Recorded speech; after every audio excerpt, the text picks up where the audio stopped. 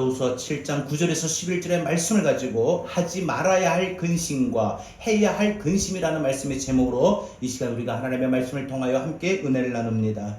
우리가 하나님의 자녀로서 이 땅에 살아가는 동안에 우리 분명히 알아야 될 것이 우리 하나님께서 우리에게 어떤 모습을 기뻐하실까, 그리고 어떤 모습을 싫어하실까. 먼저 우리가 생각해 볼 것은 하나님이 우리가 드리는 예배를 기뻐하실 것이고 찬양을 기뻐하실 것이고 감사하는 마음을 기쁘게 하실 것이고, 무엇보다 믿음이 없이는 하나님을 기쁘시게 할 수 없다라고 하셨던 말씀처럼 믿음이 있어야 하나님을 기쁘시게 할 수 있습니다. 그런데 여러분 생각해 봅시다. 그러면 그렇게 하는 것은 하나님을 기쁘게 하는 모습이라면 하나님이 싫어하는 모습은 무엇일까? 하나가 우상 숭배입니다. 또 하나가 교만입니다. 또 하나가 뭔 줄 아십니까? 근심입니다.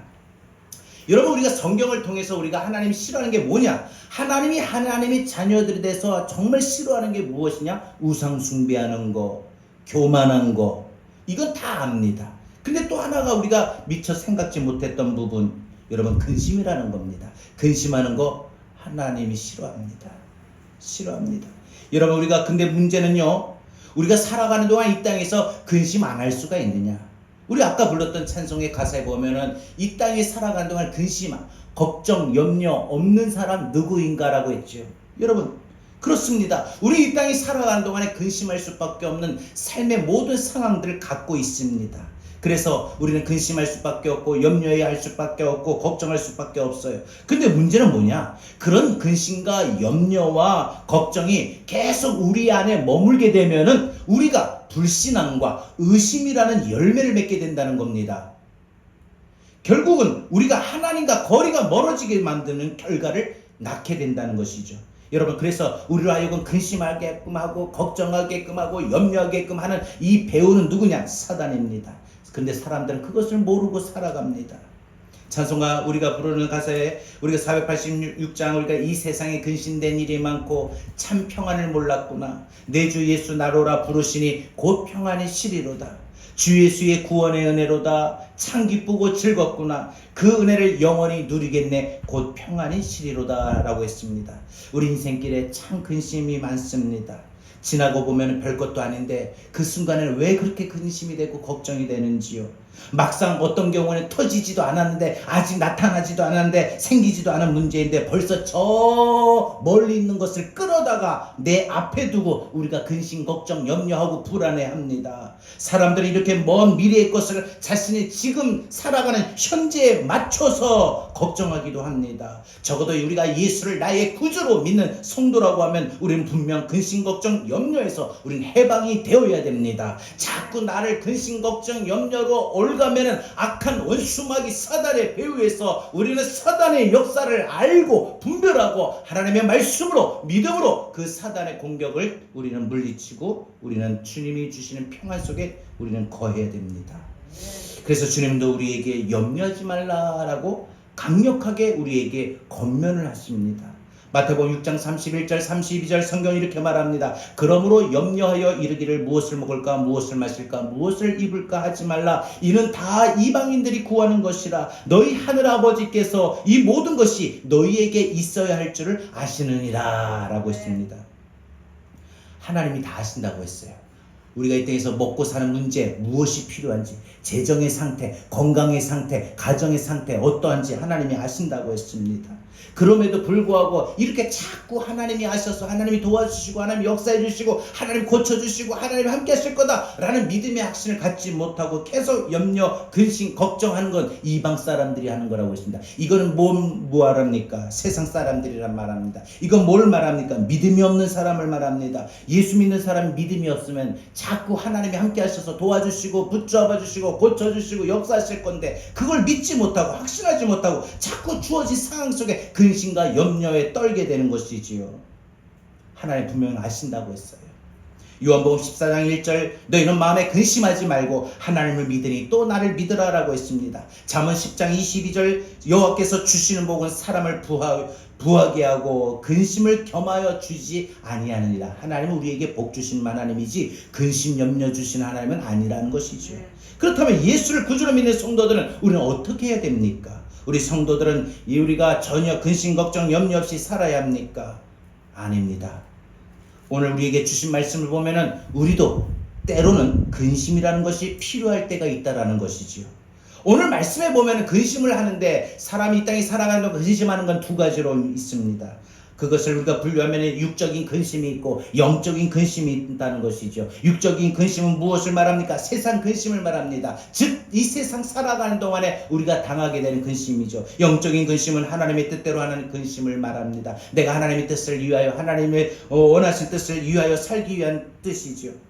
여러분, 하나님 우리에게 육적인 근심에 대해서 하지 말 것을 명령합니다. 그러나 반면에 영적인 근심은 우리가 마땅히 해야 될 것이라고 하고 있습니다.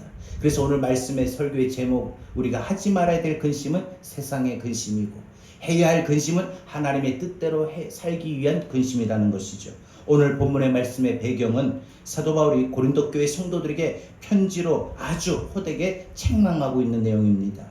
그것이 여러분 고린도 전서고 또 이제 그 책망 때문에 고린도 교회 성도들이 근심을 했다라고 했습니다. 여러분, 이 고린도 전서후서를 보게 되면은 고린도 교회는 상당히 그때 당시 상황이 골치 아픈 교회였습니다. 교회 안에는 온갖 문제가 가득한 교회였습니다. 교회 안에 근친상간의 문제도 있었고 소송 문제도 있었고 또 여러 가지 우상 재물의 문제도 있었고 은사 문제도 있었고 하나가 되지 못하고 나누어지는 문제가 있었습니다. 사도 바울이 고린도전서를 적어 보내면서 심하게 책망을 하는데 그 책망을 할 때 보면은 어찌라고 하는 이 단어가 상당히 많이 나옵니다. 어째서 나뉘어졌느냐? 어째서 이렇게 믿음이 없느냐? 어째서 이렇게 파당 싸움을 하느냐? 뭐 그런 거지요. 여러분, 고린도전서 16장 22절 만일 누구든지 주를 사랑하지 아니하거든 저주를 받을지어다 주께서 임하시느니라 라고까지 책망했어요. 왜 니네 주를 사랑하지 않고 이런 문제에 휘말리냐? 니네 왜 주를 사랑하지 아니하고 이런 어려움을 직면하고 있느냐? 니네 주님을 사랑하지 않으면 저주 받는다 라고까지 책망했다는 겁니다. 여러분, 근데 이 서신서를 편지를 쓰면서 책망하면서 이 고린도 교회가 성도들이 그것으로 인해서 근심하게 됩니다. 근데 그 서신서로 인해서 고린도 교회가 그 근심하는 것이 어떻게 좋은 영향으로 미쳤느냐? 그것이 바로 회개에 이르게 합니다. 사도 바울이 이 근심이라는 것이 오늘 본문에서 그래서 두 가지를 말합니다. 우리가 이 세상 살아가는 동안에 이 세상에 근심이 있고 또 이 세상에 사는 동안에 우리가 믿음의 사람으로서 살아야 될 하나님의 뜻대로 해야 할 근심이 있다는 것이죠. 그럼 우리가 한번 나누어 봐서 생각해 봅시다. 우리가 첫 번째로 생각할 것은 우리가 해서는 안 되는, 우리가 하지 말아야 될 근심은 세상 근심입니다. 세상 근심, 육적인 근심이라는 것이죠. 이 근심은 결과적으로 어떻게 하느냐? 사망에 이르게 합니다. 세상 근심은 사망에 이른다. 여러분, 이 사망에 이른다라는 것이 마음의 상태가 죽는다. 이미 죽어버린 결과도 있겠지만 그 마음이 죽는 마음입니다. 여러분, 마음이 죽는 마음이 어떤 마음입니까? 아무것도 안 들어옵니다. 사망에 이르는데 왜 이 사망에 이르는가? 여러분, 이 세상의 근심은 내가 해봐야 좋은 게 하나도 없고 다 죽을 것 같은 사망의 상태의 마음을 갖고 사는 거예요. 죽는 마음을 갖고 사는 거예요. 죽고 싶다 하는 그 마음이 바로 그 근심이 쌓인 것 아니겠습니까? 그러면 우리 한번 생각해 봅니다. 세상 사람들이 살아가는 동안의 근심이 무엇인가? 아니, 우리들도 이 땅에 이 세상 살아가는 동안에 우리가 하는 근심이 무엇인가? 죽음에 대해서 근심합니다. 자신의 죽음 앞에, 그리고 자신의 가족들의 그 죽음을 바라보면서 근심하지 않을 사람은 아무도 없습니다. 누구나 다 죽음을 두려워하기 때문이지요. 그런데 그 죽음이 눈앞에 자신에게, 안 그러면 가족에게, 사랑하는 사람에게 닥치게 되면 예외 없이 다 누구나 근심, 걱정에 떨게 됩니다. 공포에 떨게 됩니다. 병원에 갔는데 의사가 뭐라고 해요? 딱 결과를 보더니 보호자를 데려오라 라고 하면 우리가 그 말에 가슴이 철렁거리기도 합니다. 그렇다면 우리는 이 죽음에 대한 근심에서 어떻게 벗어날 수 있을까? 이 능력은 오직 죽음의 권세를 이기신 그리스도의 부활의 생명을 믿는 믿음 안에서 얻을 수가 있는 것입니다. 부활의 생명을 가질 때 우리는 죽음의 공포에서 떠나게 됩니다. 우리가 부활의 생명을 가질 때 이 죽음에 대한 근심에서 벗어나게 되는 것입니다. 여러분, 예수를 참 믿는 성도는, 예수를 참된 믿음으로 믿는 성도는 그래서 어떤 죽음도 두려워하지 않습니다. 그냥 예수를 믿는데, 교회를 다니는데 어설프게 믿는 사람, 가짜로 믿는 사람은 죽음이 눈앞에 닥치게 되면 바들바들 떨게 되는 것이지요. 그러나 믿음의 사람, 다니엘과 같은 사람, 바울과 같은 사람은 자신의 앞에 죽음도 전혀 두려워하지 않았던 것은 그들에게는 부활의 생명이고 부활의 소망이고 부활의 확신이 있었기 때문인 것이지요. 세상의 근심은 또 무엇을 말합니까? 질병에 대한 근심을 말합니다. 질병은 사람에게 고통뿐만 아니라 슬픔을 주게 됩니다. 생의 의욕을 뺏어가게 됩니다. 자꾸 아파보세요. 살아가는 의욕이 없어져요. 그 누구도 질병 없이 사는 사람은 아무도 없습니다. 여러분, 요즘 현대인들이 가장 최고로 두려워하는 병, 그건 당연히 으뜸, 암일 것입니다. 어떤 분은 성도의 믿음을 시험해 볼 수 있는 가장 중요한 도구가 암이다라고 했습니다. 어떤 분은 암은 하나님의 초대장이라고 했습니다. 하나님을 만날 수 있는 기회다. 물론 하나님은 나는 너희를 치료하는 요한이라 라고 말씀하셨듯이 우리가 반드시 어떤 질병에서도 우리를 치료하시는 하나님이십니다. 하나님을 신뢰하면 죽을 병에 걸렸던 히스기야가 살아났던 것처럼 치유의 역사가 일어나는 경험을 하게 될 것입니다. 아무리 불치병이라 해도 그 질병으로 인하여 근심, 걱정, 염려하지 마십시오. 여러분, 근심하다가 걱정하다가 생애를 마감하지 말고 하나님이 허락하시는 생애 동안에 우리는 행복하게 살다가 우리가 하나님 앞에 설 수 있기를 바랍니다. 또한 세상 근심은 무엇을 말합니까? 자녀로 인한 근심입니다. 자녀 문제로 인해서 근심하지 않는 부모는 이 세상에 아무도 없습니다. 초등학교 시절까지는 부모의 마음에 자녀로 인해서 근심 걱정하는 것이 크지는 않았을 겁니다. 그러나 그 자녀들이 성장하면서 중고등학교를 가게 됩니다. 그러면 대학을 어디로 가야 될지, 또 대학을 가게 되면 이제 취직을 어떻게 될지, 결혼은 어떻게 돼야 될지, 참 쉼이 없이 자녀로 인하여 우리가 늘 걱정이 되고 근심이 되고 염려가 됩니다. 사업을 하면 그 사업이 잘 될지, 직장을 들어가는데 이 직장 생활은 잘하게 될지, 결혼하게 되면 결혼 생활은 잘하게 될지. 여러분, 하루도 자녀 문제로 인하여 근심 걱정 염려하지 않는 분이 없습니다. 그러면 어떻게 됩니까? 중요한 것은 내 자녀이기 전에 하나님이 내게 맡겨주신 하나님의 자녀임을 우리는 먼저 믿어야 되고 확신해야 됩니다. 그러니 우리는 하나님 앞에 나의 자녀도 하나님의 자녀됨을 먼저 인식하고 하나님 앞에 맡길 수 있기를 바랍니다. 또 우리는 세상의 근심이 무엇을 말합니까? 환난, 재난의 근심을 말합니다. 예상치 못한 환난과 재난이 우리 인생에 닥칠 때가 있습니다. 여러분, 농사 짓는 사람에게 어떤 날 갑자기 홍수가 나가지고 한 해의 그 모든 농사에 여러분 땀을 또 모든 땀 흘린 결실을 기대하고 있는데 그 홍수로 인해서 모든 농산물이 떠내려갈 때 여러분 얼마나 그 마음이 죽을 마음입니까? 이처럼 사랑하는 자녀가 어느 날 사고로 인해서 먼저 세상을 떠나버릴 때 얼마나 그 마음이 무너집니까? 온 힘을 다해서 키웠던 그 회사의 사업이 다른 업체가 부도를 내면서 내 사업마저도 부도가 날 때 그 얼마나 일들이 허무합니까? 여러분, 말 못할 인생의 모든 재난과 환난이 우리에게 항상 닥칠 때가 있다는 것입니다. 꿈에도 생각지 못했던 갑작스러운 불행한 일들이 내게도 일어나고 나타날 수 있다는 것입니다. 그럴 때마다 우리 마음에 행복했던 마음들이 깨지게 되고 산산조각이 날 때가 있습니다. 여러분, 어떤 누가 근심하지 않을 수 있겠습니까? 이런 환난과 이런 재난 앞에서 어떤 누가 근심, 걱정, 염려가 안 될 사람이 누가 있겠습니까? 그러나 그때에도 우리는 믿음으로 이겨야 되는 것입니다. 하나님은 반드시 합력하여 선을 이루시기 때문입니다. 이런 환난을 만났지만, 이런 재난을 만났지만, 이런 내가 예상치 못했던 큰 사건과 사고를 당했지만, 이런 과정 속에서도 하나님은 합력하여 좋은 결과를 내게 허락해 주실 것이라는 분명한 믿음과 소망으로 이겨나가야 될 줄로 믿습니다.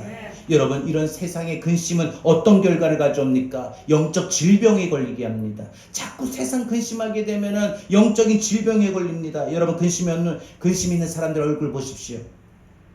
그 얼굴은 항상 생애에 활기가 없습니다. 웃음이 없습니다. 수심이 가득합니다. 아무리 웃으려고 해도 그 표정은 이미 굳어진 사람입니다. 잠언 15장 13절 마음의 즐거움은 얼굴을 빛나게 하여도 마음의 근심은 심령을 상하게 하느니라고 했습니다. 마음이 즐거울 때 얼굴이 환해지지만 마음이 고통스러우면 마음의 근심이 있으면 심령까지 상하게 한다. 여러분 심령이 상하게 한다는 게 무슨 말이에요? 영적 질병에 걸린다는 것이죠. 영적으로도 약해지고 영적으로도 병든 사람처럼 힘을 잃어버린다는 것이죠. 믿음을 잃어버리고 소망을 잃어버리고 기쁨을 잃어버리고 감사를 잃어버리고 평안을 잃어버리게 됩니다.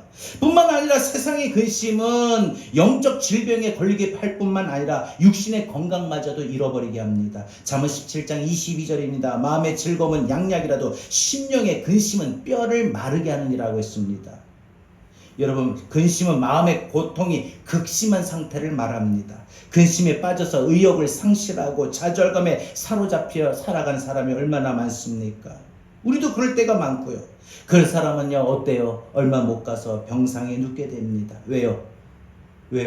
근심이 뼈를 누르기 때문이죠. 다시 한번요. 근심은 뼈를 마르게 한다. 근심은 뼈를 마르게 한다. 여러분 뼈가 마른다는 것이 뭐예요? 이 뼈라고 하는 것이 이 근심은 뼈를 마르게 한다. 사람의 뼈를 마르게 한다. 이 뼈는 여러분 골수가 윤택하지 못하다는 것이죠. 사람의 피가 골수에서 만들어지는데 그게 좋지 않게 된다는 것이죠.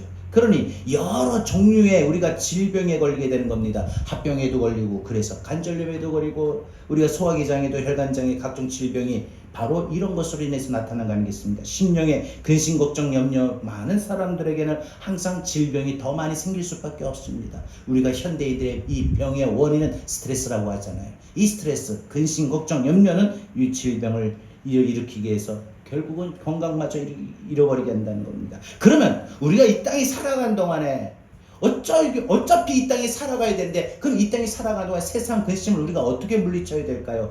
우리는 주님이 주신 평강을 누려야 됩니다. 우리는 예수님께서 뭐라고 말씀하셨습니까? 제자들에게 나의 평안을 너에게 주노라 라고 말씀하셨습니다. 주님께서 우리에게 주시는 평안은 세상에서 얻을 수 있는 평안이 아닙니다. 그리고 세상의 지식으로 이성적으로는 도저히 이해가 되고 납득이 되지 않는 것입니다. 분명히 저 사람이 고통스러운 일을 당하고 있고 어려운 문제에 빠져 있는데 저 사람이 이상하게 내가 볼 때는 저 사람이 근심 걱정 염려가 없어 보이고 오히려 더 환하게 보이고 더 오히려 나를 위로해 주더라는 겁니다. 여러분 그래서 세상이 알지 못하는 평안이라고 했습니다. 주께서 우리 마음에 평안을 주시면은 그 평안은 세상 사람들이 볼 땐 납득이 안 가고 이해가 안 간답니다. 여러분 우리가 당하는 그 어떤 근심도 어떤 환난도 어떤 고통도 그래서 이겨낼 수 있는 평안이라는 것이죠. 그 평안이 여러분 속에 마음에 임하게 되면은 여러분 근심 걱정 염려가 여러분 마음에 떠나가게 될 줄로 믿습니다. 그래서 자꾸 근심이 되고 염려가 되고 걱정이 되면은 주여 나의 마음에 평강을 주옵소서. 요 한마디만 기도해도 그 평안이 여러분에게 임하게 되면은 여러분이 갖게 되는 그 근심 걱정 염려가 떠나가게 되는 것입니다. 우리가 또한 세상 근심을 어떻게 물리칠 수 있나요? 주님이 주신 평안을 누려야 될 뿐만 아니라 받아야 될 뿐만 아니라 주님께 맡기는 믿음이 있어야 되는 것입니다. 너희 염려를 다 주께 맡겨버리라 이는 저가 너희를 권고하심이라 라고 말하고 있습니다. 여러분 주님은 우리의 염려와 근심을 맡아주시는 분입니다. 우리에게 그런 것들을 자기에게 당신께 맡기라고 했습니다. 그러면 당신은 우리에게 친히 우리 인생의 모든 문제 해결사가 되어주신다는 겁니다. 근데 여러분 끝부분 뭐라고 했습니까? 다시 한번요. 너희 염려를 다 주께 맡겨버려라. 이는 저가 너희를 권고하심이라. 저가 누구예요? 우리 주님이. 너 왜 너 근심하니? 너 왜 너 걱정하니? 너 걱정하고 근심하고 염려한다고 해결되니? 나한테 맡겨라. 나한테 고하라. 나한테 내려놓으라. 이거 아닙니까? 권고했다라는 거예요. 여러분 이 권고한다라고 하는 건 이 말은 뭐예요? 돌보아 주신다는 겁니다. 너 이것 때문에 걱정이 되지? 나한테 맡겨. 내가 너 돌보아 줄게. 여러분 질병도 맡기십시오. 자녀도 맡기십시오. 모든 것 주님 앞에 맡기십시오. 그럴 때 우리는 이 세상의 근심을 물리칠 수가 있습니다. 또 우리가 세상적인 이 근심이 우리에게 닥칠 때 우리가 물리칠 수 있는 것은 무엇입니까? 주님의 시각으로 문제를 바라봐야 됩니다. 여러분 문제를 우리의 눈으로 보면 참으로 골치 아프고 걱정이 되고 소망이 없습니다. 그러나 우리의 주어진 상황과 문제를 주님의 시선으로 주님의 시각으로 보면 달리 보이게 되는 것입니다. 우리는 우리의 시각으로만 이 모든 상황을 바라볼 것이 아니라 주님의 시선으로 믿음의 시선으로 우리는 봐야 됩니다. 마태복음 11장 28절 30절 성경은 이렇게 말합니다. 수고하고 무거운 짐진 자들아 다 내게로 오라. 내가 너희를 쉬게 하리라. 쉬게 하리라. 나는 마음이 온유하고 겸손하니 나의 멍에를 메고 내게 배우라. 그리하면 너희 마음이 쉼을 얻으리니 이는 내 멍에는 쉽고 내 짐은 가벼움이라 라고 말씀하셨습니다. 자세히 보면 여러분 문제를 해결해 주시는 것이 아닙니다. 오히려 주님이 주시는 멍에를 메라고 합니다. 주님과 같이 이 십자가의 고난을 짊어지라. 너가 이 땅에 살아가는 동안에 믿음의 대가를 치러라. 주님을 그런데 배우게 되면, 경험하게 되면, 만나게 되면 쉼을 얻는다고 했습니다. 여러분 그것이 무엇입니까? 여러분 우리가 주님의 자세를 갖고 살아가라는 겁니다. 주님의 시각을 갖고 살아가라는 것입니다. 그러면 문제가 고통, 근심, 걱정이 보이지 않고 느껴지지 않게 된다는 것입니다. 분명 내 시각에서 바라보면 그 지금 모든 일들은 힘든 일이고 어려운 일이고 근심할 수밖에 없고 염려할 수밖에 없는 일입니다. 하지만 하나님의 시각에서 보면은, 믿음의 시선에서 보게 되면은 그것은 분명히 기회이고 축복일 수 있다는 것입니다. 여러분 요셉이 노예로 끌려갔을 때 요셉은 요셉 자신의 시각을 바라봤을 때 절망했을 겁니다. 거기에서 무너졌을 겁니다. 그러나 요셉은 그 순간에서도 자신의 시각으로 보지 않냐고 주님의 시각으로 보았습니다. 믿음의 시각으로 보았습니다. 그래서 참고 기다렸더니 요셉이 감옥에 가야 되는 것이 국무총리가 되는 것이었습니다. 요셉이 형들에게 미움에 팔려 미움으로 노예로 팔려가는 것이 요셉이 애굽의 국무총리가 되는 과정이었습니다. 억울한 일을 당하는 것이 바로 요셉이 애굽의 국무총리가 되는 과정이었습니다. 믿음의 시각으로 보면은 지금 내가 당하는 모든 문제는 그것은 오히려 나를 위한 과정인 것입니다. 여러분 주님의 시각으로 문제를 바라볼 때 우린 근심 걱정 염려에서 벗어날 수가 있게 되는 것입니다. 그러면 마지막으로 우리는 이렇게 세상 근심은 하지 말아야 되면, 그러면 우리가 해야 될 근심은 무엇입니까? 우리가 해야 될 근심은 하나님의 뜻대로 하는 근심입니다. 여러분 우리가 이 세상에 비록 살고는 있지만 세상 근심에 벗어나야 됩니다. 그리고 우리가 반드시 짊어져야 될 좋은 근심을 해야 됩니다. 오늘 이 좋은 근심을 성경은 오늘 하나님의 뜻대로 하는 근심이다 라고 말하고 있습니다. 여러분 세상에 속한 근심이 육적인 근심이라면 하나님의 뜻대로 하는 근심은 영적인 근심입니다. 세상의 근심은 우리에게 사망을 줍니다.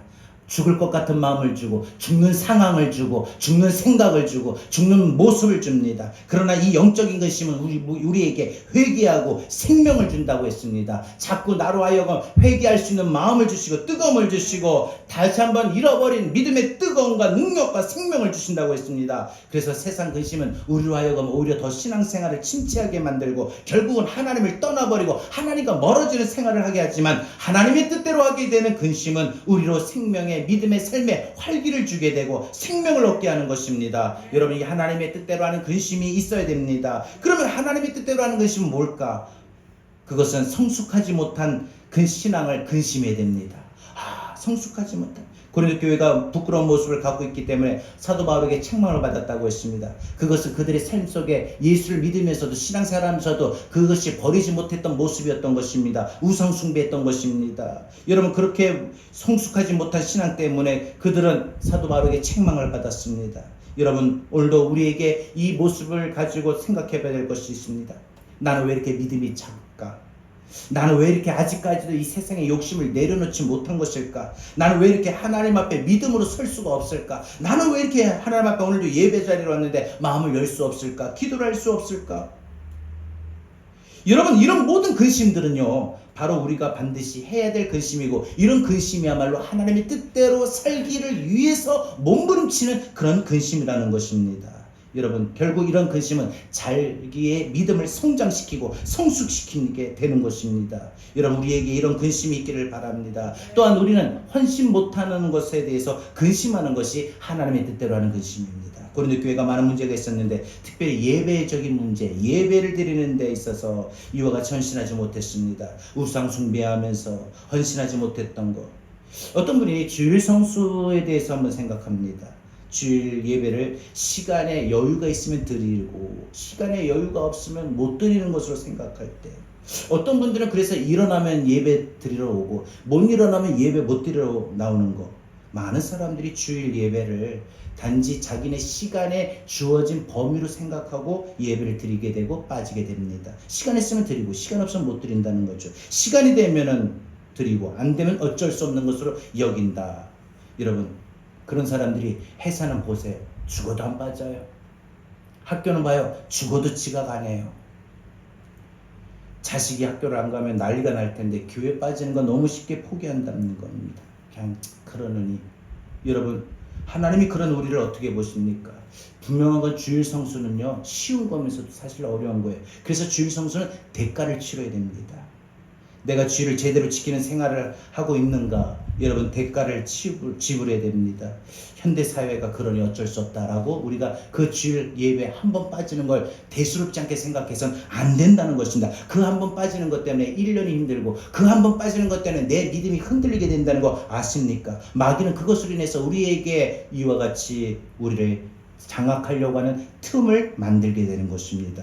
여러분, 그래서 우리는 이 마귀의 틈을 허용하지 않고 하나님의 은혜로 늘 충만하기 위해서는 우리는 이와 같이 주일을 지키기 위한, 주일을 성수하려는 데 있어서 여러분 시간도 몸도 마음도 여러분 우리는 분명히 대가를 지불해야 됩니다. 손해를 보더라도 주일은 지켜야 됩니다. 먹고 살 것이 걱정이 된다 할지라도 우리는 주일을 지켜야 됩니다. 이런 대가를 치러야 됩니다.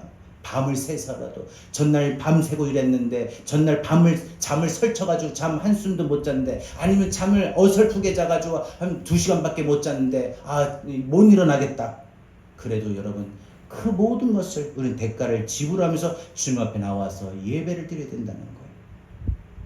이것이 바로 주의 뜻대로 하는 근심이에요. 또 하나님의 뜻대로 하는 근심은요, 복음을 전하지 못하는 것을 근심하는 겁니다. 여러분, 복음은 생명입니다.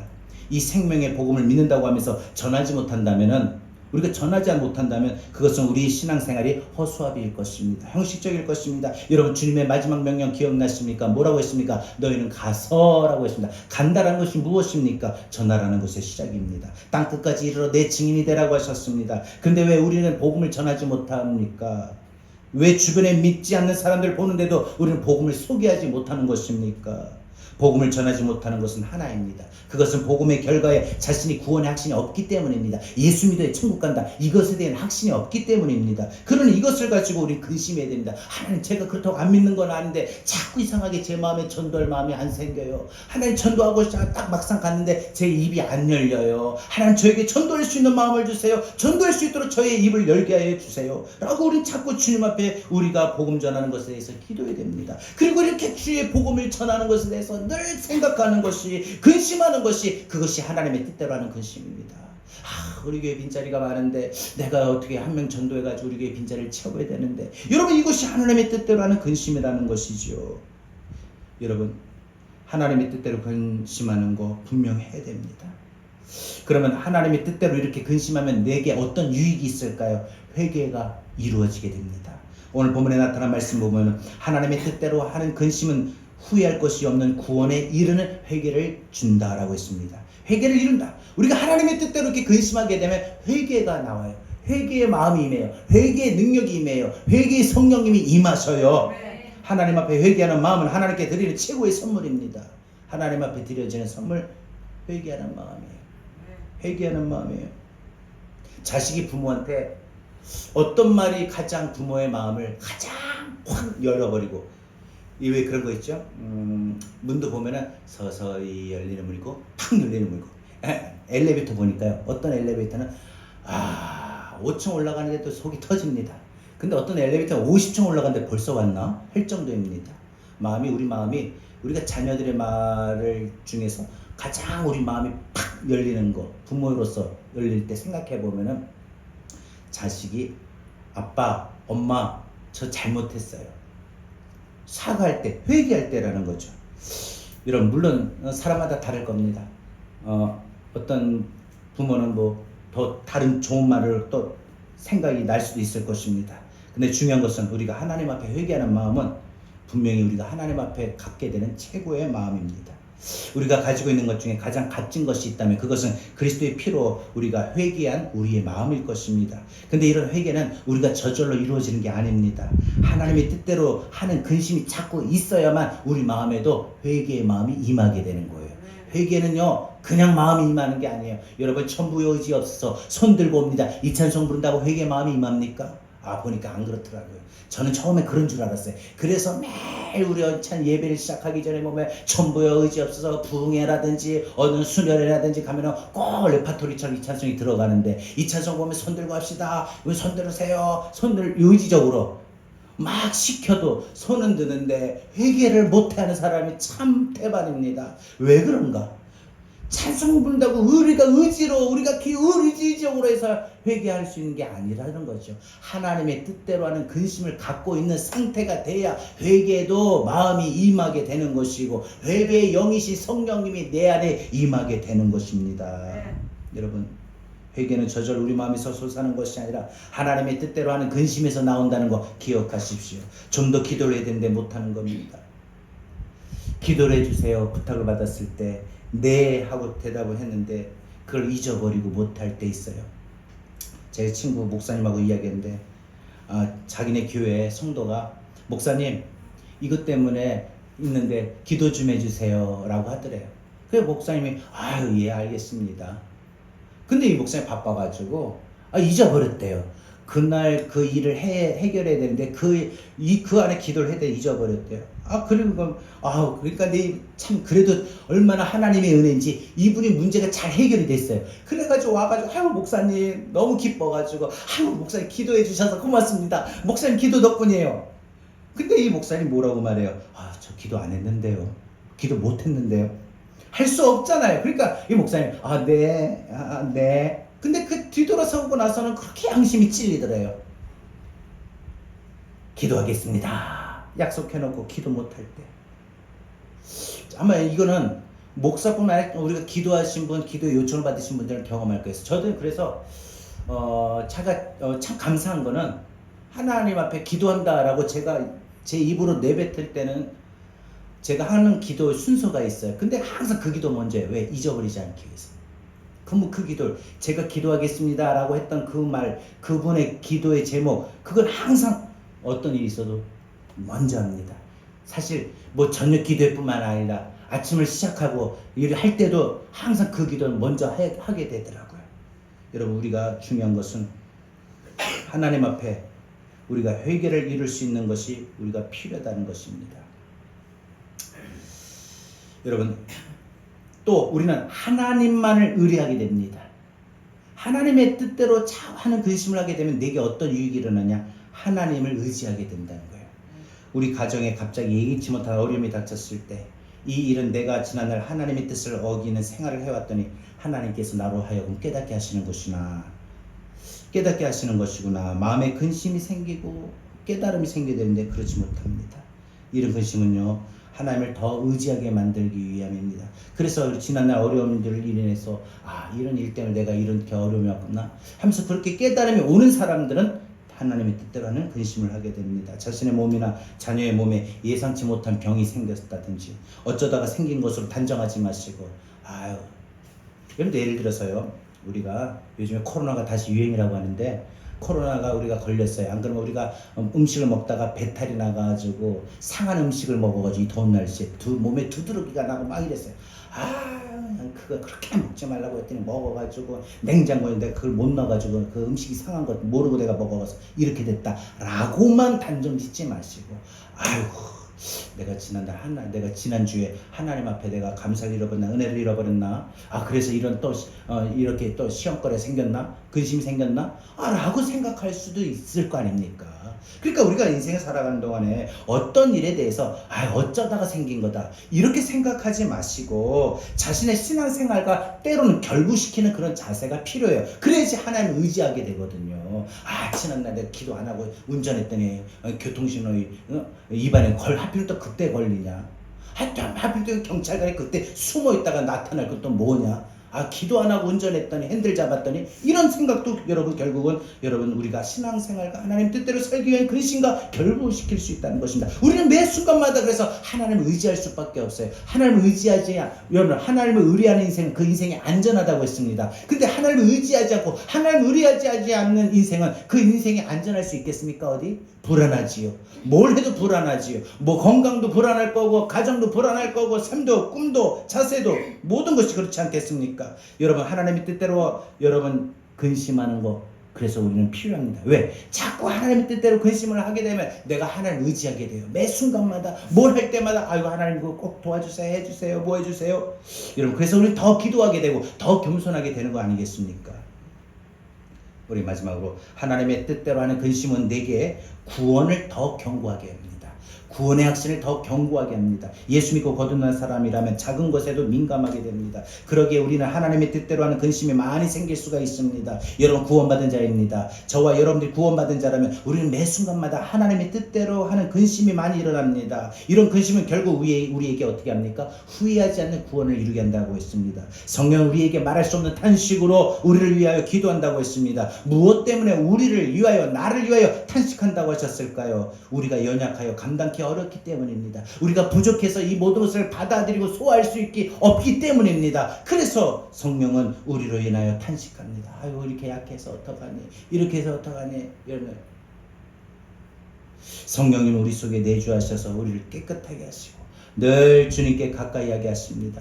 우리뿐만 아니라 우리의 받은 구원을 더욱더 단단하게 해주십니다. 그 받은 구원의 확신을 잃어버리고 그 받은 구원의 감격과 기쁨을 잃어버리지 않게 견고하게 해주신다는 겁니다. 그래서 늘 내가 구원받은 것에 대해서 감사가 넘치고 은혜가 넘치는 것이죠. 하나님의 뜻대로 하는 근심은 여러 가지 유익을 줍니다. 오늘 11절 보라, 하나님 뜻대로 하게 된 이 근심이 너희를 얼마나 간절하게 하며 얼마나 변증하게 하며 얼마나 분하게 하며 얼마나 두렵게 하며 얼마나 사모하게 하며 얼마나 열심히 있게 하며 얼마나 벌하게 하였는가. 너희는 그 일에 대하여 일체 너희 자신의 깨끗함을 나타내었느니라.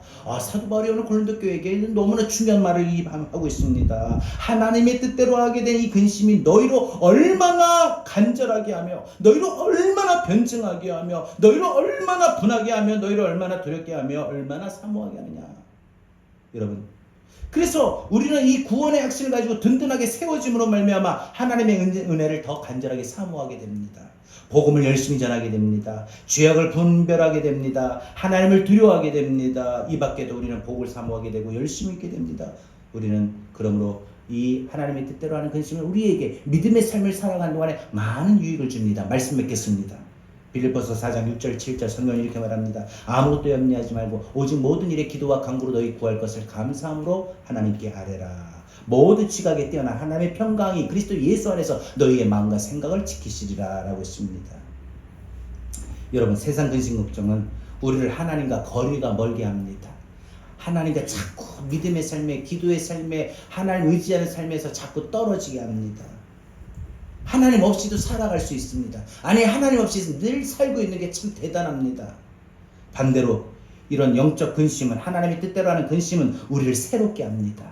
잃어버린 믿음 다시 뜨거워지게 하고 마음을 다시 한번 추스리게 되고 마음을 다시 한번 붙들게 되고 마음을 다시 한번 흔들린 마음을 견고하게 합니다. 여러분, 세상 근심 걱정 염려는 우리에게 사망을 가져다 준다고 기억하십시오. 왜 우리가 살아가는 동안에 우리 마음에 한번 보세요. 죽을 것 같은 마음 느낄 때 얼마나 많습니까? 왜 내가 이런 죽을 것 같은 마음을 느끼며 삽니까? 근심 걱정 염려가 많은 것 아닙니까? 그런 근심 걱정 염려가 많은 것은 내 마음의 사망을 일으킨다. 내 마음뿐 아니라 내 생각도, 내 삶도, 내 상황도 사망을 가져다 준다고 했습니다. 그러나 우리가 하나님의 뜻대로 하게 되는 이 영적인 근심은 우리에게 거룩한 은혜를 가져다 줍니다.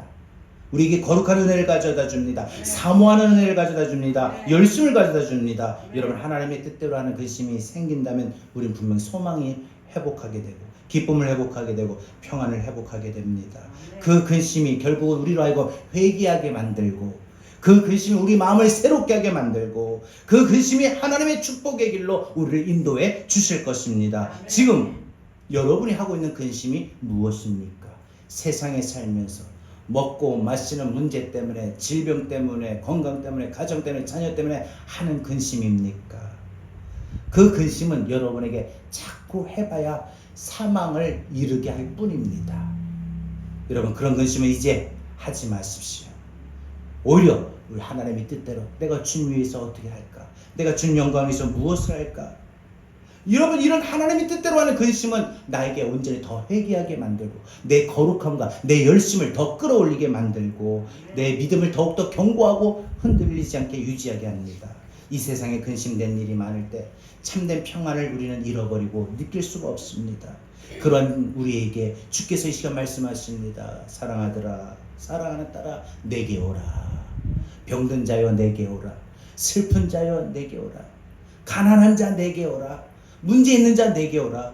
무엇보다 근심 걱정 염려가 가득해서 내 마음 평안을 잃어버리고 기쁨을 잃어버리고 감사를 잃어버린 우리를 이 시간 부르시어요. 왜 부르실까요? 우리 마음의 근심 걱정 염려를 떨쳐버리고 평안을 주시기 위함입니다. 이 모든 것이 주 예수의 구원의 은혜입니다. 그 주 예수의 구원의 은혜가 이 시간 말씀을 붙들고 찬양할 때에 우리 마음에 깨닫게 될 거고, 그로 인하여 우리 마음의 기쁨과 즐거움이 회복이 될 겁니다. 그 은혜를 오늘부터 깨닫고 이번 한 주간 누릴 수 있기를 바랍니다. 이 세상에 근심된 일이 많고, 이 세상에 근심된 일이 많고 참 평안을 몰랐구나.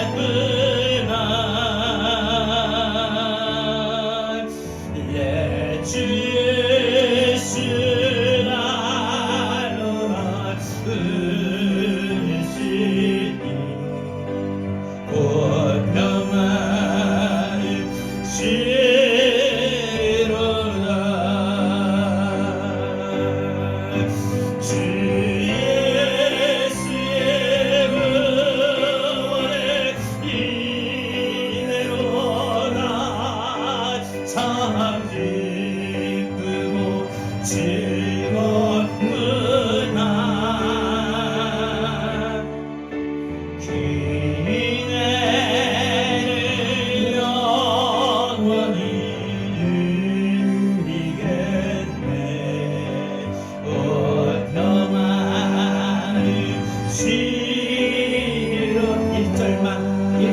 이 세상에 근심된 일이 많고, 이 세상에 근심된 그런 근심 걱정 염려가 많음으로 인하여 내 마음에 참평 주 예수가 주시는 세상이 알지 못하는 그 평안을 잃어버린 채, 그러나 그런 우리를 불쌍히 여겨주시고 그 예수 날 오늘도 예배 자리를 불러주십니다.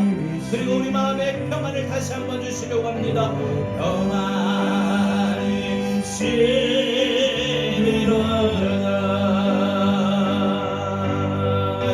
주 예수의 은혜 이루다.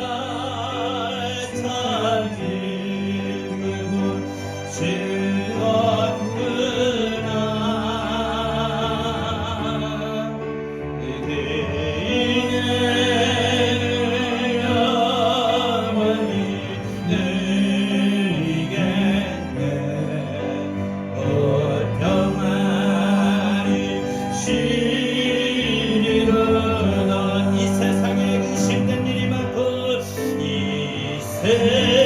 세상에 근심된 이만 참 평안을 잃어버리고 평안을 몰랐구나. 내 주 예수 날로나 의식이 곧 평안을 시리로다.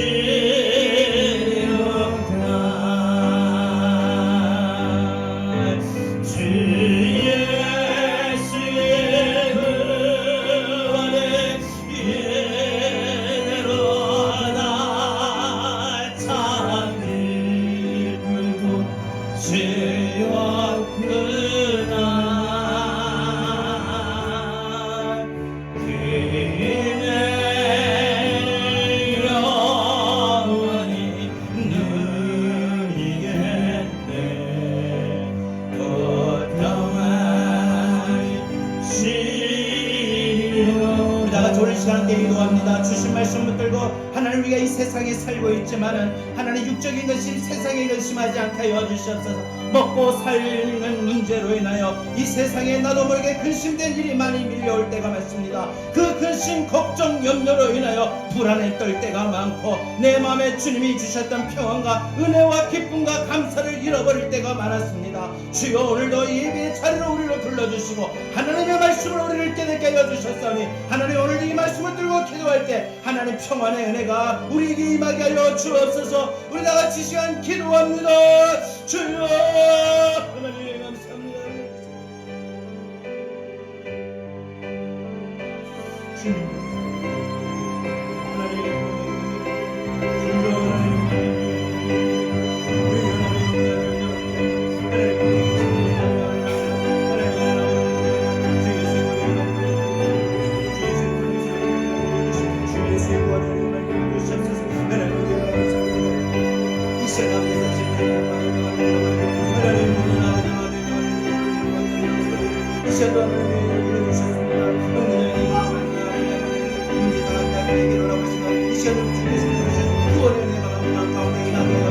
우리 마음에 참되는 평안을 함께 해주시고 힘을 함께 해주시고 주여 이 시간도 하나님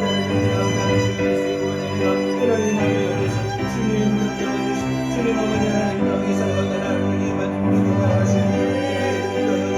주여를 넣으시고 주여를 잡아주시고 하나님 우리가 이 땅에 살아갈 주신 말씀을 들고 살아갈 때 하나님 우리 살 가운데 아버지 하나님 우리 앞에 하나님 너 근심 걱정마도 어려운 일 당해도 하나님 걱정하지 않는 것은 주께서 우리를 지켜주신 줄 믿습니다. 위험한 일을 당해도 슬픈 일이 와도 우리가 걱정하지 않고 염려하지 않는 것은 주께서 우리를 지켜주심을 줄 믿습니다. 주여 나를 지켜주신다면 우리가 믿음의 확신 속에 살게 하여 주시고 주의 사랑 속에 하나님 원한 주한다고 하며 살게 하시고 주님의 평화 속에 유하며 살게 하여 주셔서 하나님의 오늘도 주의 말씀 가운데 우리가 잡아주셔서 하나님 어떤 것이 걱정이 와도 하나님 제가 주신 말씀대로 우리가 하나님 염려하지 않게 해주고 세상에 근심하지 않게 하여 주시고 오히려 하나님의 뜻대로 살기 위한 근심을 하며 말씀을 하나님 여기 시나요 하나님 너무 걱정하지 어려운 일 걱정하지 않게 해주시고 주께서 우리를 지켜주십니다. 마시나니 나게 해주시옵소서. 하나님 우리를 도와주시옵소서. 너 근심 걱정하도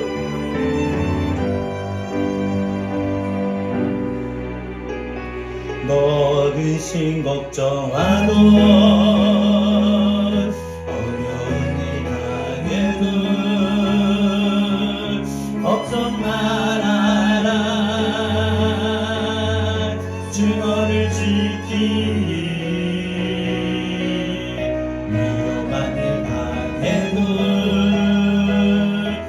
슬픔이 와도 걱정 말아라.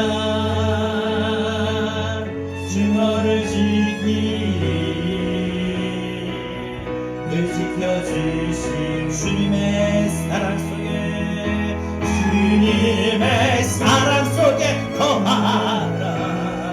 그의 평화 속에 유하라. 그 은혜 영원 속에 자유하라. 주 지키리. 주님의 사랑 속에 거하라. 그의 평화 속에 유하라. 그의 영원 속에 자유하라. 주 지키리. 여러분 근심 걱정와도 주님이 지켜주실 줄 믿습니다. 너 근심 걱정와도 조금 빨려 어려운 일 당해도 걱정 말아라. 주 너를 지키리. 위험한 일 당해도 슬픔이 와도 걱정 말아라. 주 너를 지키리. 주 너를 지키리. 늘 지켜주시니. 늘 지켜주신 주님의 사랑 속에 주님의 사랑 속에 거하라. 그의 평화 속에 유하라. 그 은혜 영원 속에 자유하라. 주 지키리. 주님의 사랑 속에 거하라. 그의 평화 속에 유하라. 그 은혜 영원 속에 자유하라. 주 지키리. 이번 한 주간 우리 수술하던 권사님도 근심 걱정 와도 하나님 앞에 믿음을 맡길 때 승리할 줄로 믿습니다. 우리 권사님 사업을 할 때도 이번 한 주간 하나님께서 이 사업의 길 지금 또 정체되어 있는 것 같아 보인다 할지라도 새로운 돌파구를 주실 줄로 믿습니다. 우리 집사님들 이렇게 장기적으로 허리가 아픈 것도 주님이 치료해 주실 줄 믿습니다. 무릎이 아픈 것도 치료해 주실 줄 믿습니다. 우리 또 우리 청년들 우리 학생의 우리 진로가 열리고 하나님 인도하실 줄로 믿습니다. 하나님이 부어주신 은혜와 평화가 기쁨이 감사가 이번 한 주간 넘칠 수 있기를 바랍니다. 이제는 우리 주 예수 그리스도의 은혜와 하나님 아버지의 극진하신 사랑하심과 보혜사 성령님의 감화 감동 내주 교통하신 은혜가 세상 속에 살고는 있지만 세상의 근심할 것이 아니라 세상의 근심은 중단하고 세상의 근심은 하나님 앞에 맡기고 오직 주를 위하여 살아갈 수 있는 그 근심을 갖고 우리 믿음을 더 회개하고 구원에 든든하게 서가며 믿음 위에 회복하며 뜨거움을 갖기를 사모하는 모든 성도들 머리 위에 하나님 먹고 마시는 생활의 문제, 가정 문제, 자녀의 문제, 사업의 문제, 인생 문제, 질병의 문제, 모든 근심 걱정 이제 하나님 앞에 맡기며 살겠노라고 더 이상 내가 스스로 근심 걱정 염려하지 않겠노라고 다짐하고 이제 삶의 현장으로 나아가는 우리 모든 사랑하는 성도들 머리 위에 이제로부터 영원토록 함께 있을지어다. 아멘.